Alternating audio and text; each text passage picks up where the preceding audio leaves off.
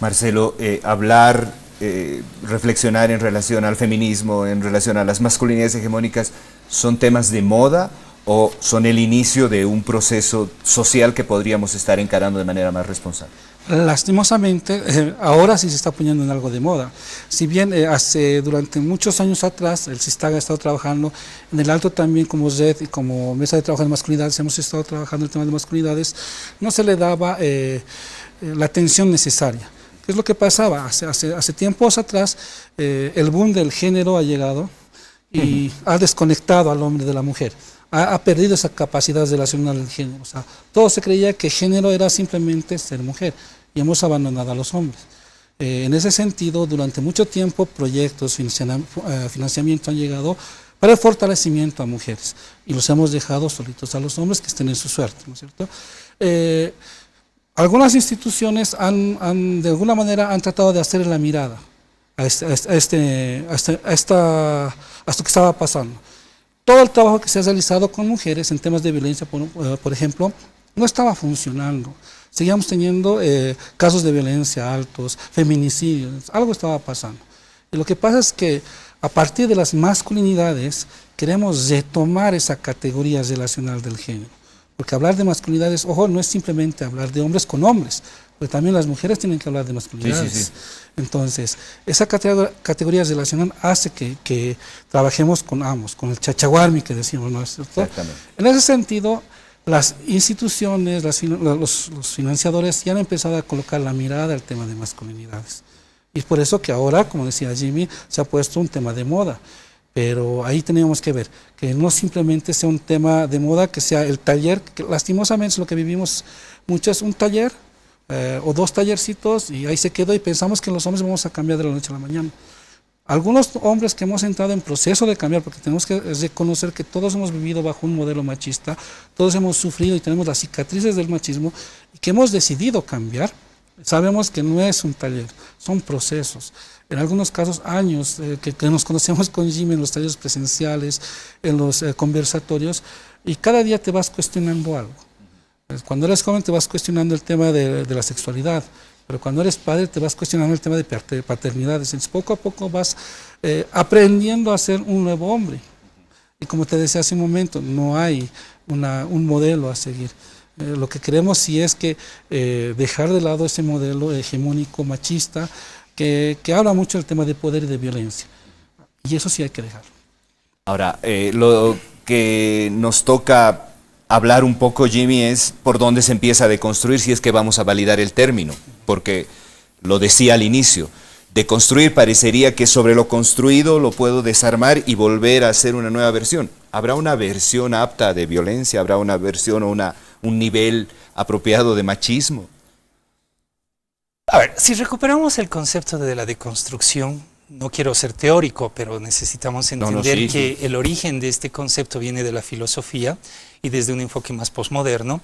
Lo que plantea es básicamente que se necesita cuestionar las cosas, replantearlas para generar un nuevo proceso. ¿Desde dónde están? Es donde están, porque lo que identificamos es, si hay algo que está generando conflicto o si hay algo que no está funcionando bien, es posible ser deconstruido para generar una otra propuesta u otras propuestas. Pero la masculinidad hegemónica, Jimmy, no funciona, o sea, está mal. La verdadera mala cara de estas masculinidades, de este sistema, es que estamos dañándonos y estamos dañando a las mujeres. ¿Qué podríamos recuperar de esa masculinidad hegemónica? Mira, si me preguntas si hay algo recuperable, te diría que nada. Y es muy simple. Entonces, ¿para qué desconstruir? El problema es que no podemos generar algo de la nada. Necesitamos generar algo a partir de lo que existe. Existe ya un constructo actualmente. Sí. Ese constructo nos genera violencia, como Marcelo lo decía, nos genera desvinculación afectiva, nos genera desvinculación con nuestra propia corporalidad en el tema del cuidado, nos hace sujetos ausentes en la existencia de nuestros entornos y en la propia. La idea esa es la base sobre la que hemos aprendido tú, yo y Marcelo, ¿cierto? Así nos han enseñado a ser hombres. Y entonces, si así nos han enseñado a ser hombres, ¿cuál sería el paso que tenemos que hacer metodológico para trabajar? Si pensamos tirar todo y pensar que no tenemos ninguna base y queremos construir sobre eso, es casi imposible. Porque yo tengo 54 años, o sea, son 54 años por 365 días que la sociedad me ha estado diciendo cómo debo ser. Ya. Entonces es casi imposible tumbar todo eso de la nada. Necesitamos ir, si tú quieres es como una pared de ladrillos, Sí. y que tenemos que ir quitando ladrillo por ladrillo. En algún minuto puede ser que lleguemos al momento en que la pared caiga completamente. Pero si la tumbas totalmente de golpe, vas a generar una crisis que posiblemente va a hacer que los propios hombres no puedan identificarse, porque necesitamos asirnos de algunas cosas. ¿De qué nos hacemos? En este instante los hombres necesitamos, porque así nos han construido, asirnos del poder. Explícame eso, por favor, porque ahorita deben haber 400 personas en su casa agarrándose la cabeza. Claro, lo que pasa es que a nosotros los hombres desde pequeños se nos ha educado desde el privilegio del poder. Es decir, nosotros los hombres tenemos el poder de decidir, el poder de elegir, el poder de imponer, ¿cierto? Y si nos quitan ese poder, ¿qué somos? Si te pones a pensar, si no te dejo decidir, elegir, imponer, que son ejes de tu existencia, ¿qué soy? Puede ser un individuo castrado. Claro. Y esa es parte Inmóvil. también, y te cuento que esa es parte del miedo de los hombres cuando van a los talleres de masculinidades. Porque te dicen, usted lo que me quiere es volver raro, diferente, usan una palabra, ¿no? Que es, me quiere volver maricón, Sospechoso. ¿cierto? Y entonces, ¿por qué? Porque ya no voy a ser hombre. ¿Pero qué es ser hombre? No, pues ser hombre es decidir, ser hombre es ser fuerte. Entonces te das cuenta, es como muy complejo de construir esto, Ya. si lo pensamos desde la lógica de tirar todo. Entonces sí necesitamos ir eliminando elementos, cuestionando partes. Y esas partes que vamos cuestionando de la existencia masculina tienen que ir también por aquellos elementos donde el hombre se siente en crisis. O sea, si tú estás cómodo donde tú estás, si tú eres feliz siendo machista, si tú sientes que el machismo hace a tu existencia y yo llego a cuestionar tu machismo, ¿cómo vas a reaccionar? No, seguramente mal.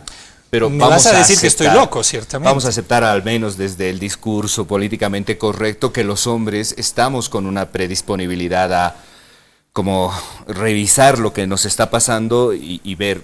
Claro, Seguramente los datos de violencia contra las mujeres y feminicidios a lo que va del año no me estará dando la razón, pero al menos en el discurso sí parecería. Sí funciona tu razonamiento en la medida de que haya una situación de crisis. Es decir, tú vas a cuestionarte algo cuando no te funciona. Por ejemplo, el desempleo. Si el desempleo te está afectando en algún minuto de tu vida, tú te vas a cuestionar un rol que es central de tu masculinidad, que es el rol proveedor.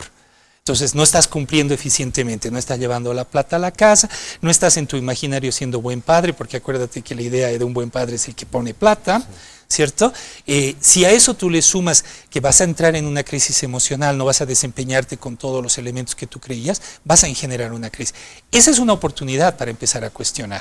Marcelo, ¿qué cosas tú crees que realmente están a nuestro alcance como para empezar a cuestionar? Habla del tema de ser proveedores. Parecería que la cuarentena nos hubiera abierto una oportunidad para además en los temas de ayuda en el hogar nos debería haber, pero ¿son reales? ¿Son Claro. discursos? Son reales. Y ese es un punto, pero hay otro punto también que tenemos que tomar en cuenta, que es la sexualidad, por ejemplo. Bien. Es otro punto donde los hombres entramos en crisis, ¿no es cierto? Algo que hablamos nosotros mucho en el tema de masculinidades es que el machismo, y es algo que los hombres no entendemos, o algunos hombres no entendíamos hasta cierto momento, nos va a pasar la factura. O sea, cuando tú dices, ¿no es cierto?, pero los hombres estamos cómodos, mientras estemos cómodos, el machismo me funciona, estoy bien. Pero no nos damos cuenta que tarde o temprano los hombres vamos a ser víctimas de ese machismo. Tarde o temprano somos víctimas del machismo. Si yo golpeo a mi hijo, si yo golpeo a mi hija, los abandono, no les doy dinero, cuando yo sea adulto mayor, ese hijo no me va a querer, esa hija no me va a querer. Voy a ser víctima de su violencia, porque yo les he enseñado a generar amor o afecto a partir de golpes, ¿no es cierto? Si yo, como decía Jimmy, en el tema de los estudios, el tema del trabajo, voy a ser ineficiente, o voy a tener varias parejas, como por ejemplo lo común que sucede, entonces va a pasar lo mismo. Tarde o temprano la factura te va a llegar. Y es lo que tenemos que entender, y al hacerles entender a los hombres en estos procesos, de que tarde o temprano este machismo que parece que en algún momento son privilegios, ¿no es cierto? Porque tengo privilegio a salir de noche, tengo privilegio a tener varias parejas, tengo esos privilegios, se vuelven en mandatos, se vuelven en costos sociales que los tengo que pagar. Y es lo que la sociedad tarde o temprano me va a ir cobrando, y el machismo me va a ir cobrando. Está bien, pero ¿desde dónde los empiezo a debatir? ¿Desde dónde los empiezo a aterrizar? Porque, como tú bien lo decías, y Jimmy también, hemos mamado eso desde la cuna. literalmente, pero es que se han reforzado estos discursos. Desde donde vamos a imaginar que ahora mismo nos están escuchando en casa, algún padre de familia dice, ¿por dónde arranco? Desde la interpelación, desde el momento en que tú veas que que está pasando algo, que hay el tema de violencia, por ejemplo, que algo te molesta. Lees en el periódico, yo les digo siempre, vean en el periódico, un hombre violó a una niña o violó a un niño. ¿Cómo te sientes? ¿Cómo se siente uno? Y ese es el momento en que uno tiene que entrar a interpelarse. ¿Qué pasa? ¿Cómo te sientes y cómo podemos cambiar esto? ¿No es cierto? Tenemos que colocar en debate, porque los hombres sentimos, no es que nos sentimos. No, claro. Entonces, hay que aprovechar todo esto. Pareciera que con 2 tragos sentimos más y recién nos aflojamos, pero sentimos. Pero sentimos. No es que nos aflojamos, necesitamos tomar los tragos porque lastimosamente nos coartan el tema de los sentimientos. El tema de la expresión de emociones es fatal. Por ejemplo, cuando 2 amigos se despiden, ¿cómo se despiden? Chao hermano, o sea, se va uno de viaje, chao hermano, nos vemos, así, ¿no es cierto? O sea, lo macho, un abrazo de oso. Pero ¿qué en verdad que quisieran hacer? Darse un abrazo, tal vez un beso en la mejilla, porque quieras o no quieras así, una persona con la que has vivido es como un hermano. Pero la sociedad nos coloca estos mandatos de que no podemos ser afectuosos con otro hombre, siendo heterosexual, por ejemplo. Entonces son cosas que tenemos que ir interpelando poco a poco. Y para esto lo que necesitamos son espacios. Espacios como este, por ejemplo, para colocar en debate, y espacios como lo que, por ejemplo, la Alcaldía de La Paz está a punto de inaugurar, donde podamos nosotros como hombres poder reflexionar y poder tener espacios para también poder dialogar estos temas. A ver, hasta aquí parecería que tenemos que también aprender a escuchar. Nos hace demasiada falta no estar tan predispuestos los hombres a simplemente responder, y a partir de esto a lo mejor se podría también enumerar una cantidad y una lista de estos aspectos de los cuales nos podemos asir, como decía bien Jimmy.